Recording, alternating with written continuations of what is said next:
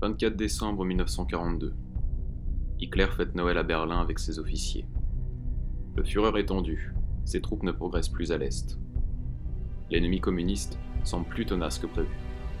Mais pour lui, il n'y a pas de doute, la victoire finale est proche. Un an après l'entrée en guerre des États-Unis, jamais la situation des Alliés avait été aussi délicate. Le président Franklin Roosevelt prend donc la décision d'organiser une rencontre avec ses alliés à New York le 26 décembre. Churchill, Staline et Roosevelt se retrouvent. Le Premier ministre de la Grande-Bretagne fait alors part de ses inquiétudes à ses alliés. Effectivement, les Britanniques ont perdu un nombre important de leur territoire, et leur marine est désormais hors d'état de combat. Les Américains ont pris temporairement le dessus sur les Japonais dans le Pacifique, mais pour combien de temps? Les Soviétiques, eux, sont parvenus à repousser plusieurs fois les Allemands dans le Caucase. Les forces de la Wehrmacht présentes à l'Est commencent à s'essouffler.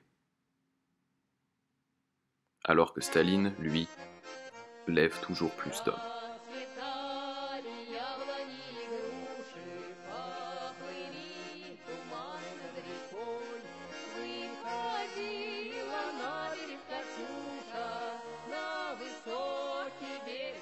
Mais en février, la situation à l'Est se débloque.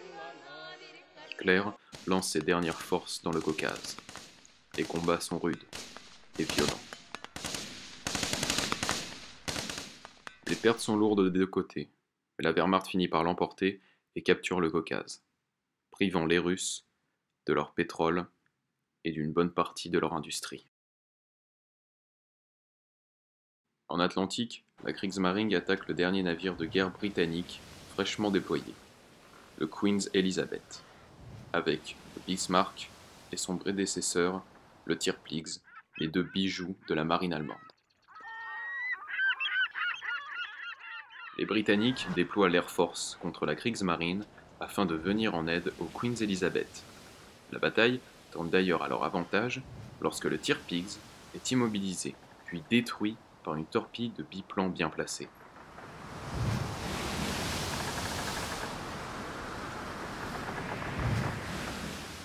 La DCA des deux navires allemands forceront cependant l'Air Force à battre en retraite.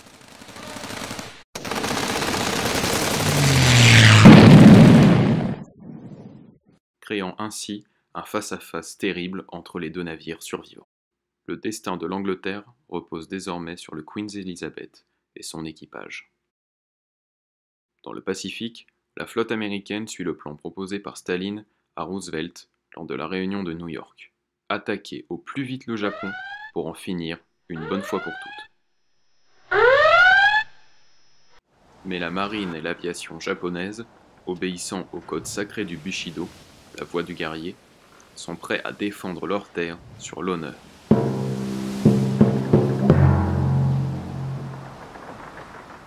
La bataille débute. L'aviation et la marine des deux nations s'affrontent. Les États-Unis disposent de transports remplis de troupes d'invasion, largement suffisantes pour prendre le contrôle de Tokyo. Si les Japonais ne parviennent pas à repousser la flotte américaine, cette bataille marquera un tournant certain dans la guerre.